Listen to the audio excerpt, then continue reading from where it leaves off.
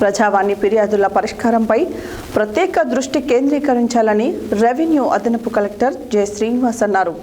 ప్రజావాణి కార్యక్రమంలో భాగంగా సోమవారం ఆయన జిల్లా కలెక్టర్ కార్యాలయంలోని సమావేశ మందిరంలో ప్రజల వద్ద నుండి ఫిర్యాదులను స్వీకరించారు. ప్రజావాణి కార్యక్రమంలో భాగంగా సోమవారం ఆయన జిల్లా కలెక్టర్ కార్యాలయంలోని సమావేశ మందిరంలో ప్రజల వద్ద నుండి ఫిర్యాదులను స్వీకరించారు.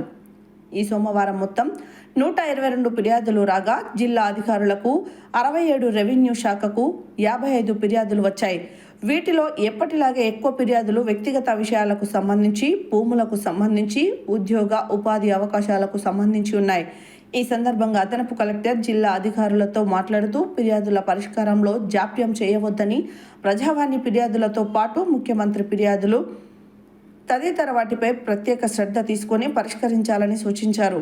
స్థానిక సంస్థల ఇన్ఛార్జ్ అదనపు collector Narayana Amit, special collector Sitarama Rao, గృహ నిర్మాణ శాఖ పీడీ రాజ్ కుమార్, జిల్లా గ్రామీణ అభివృద్ధి అధికారి శేఖర్ రెడ్డి, జిల్లా అధికారులు ప్రజల వద్ద నుండి ఫిర్యాదులను స్వీకరించారు.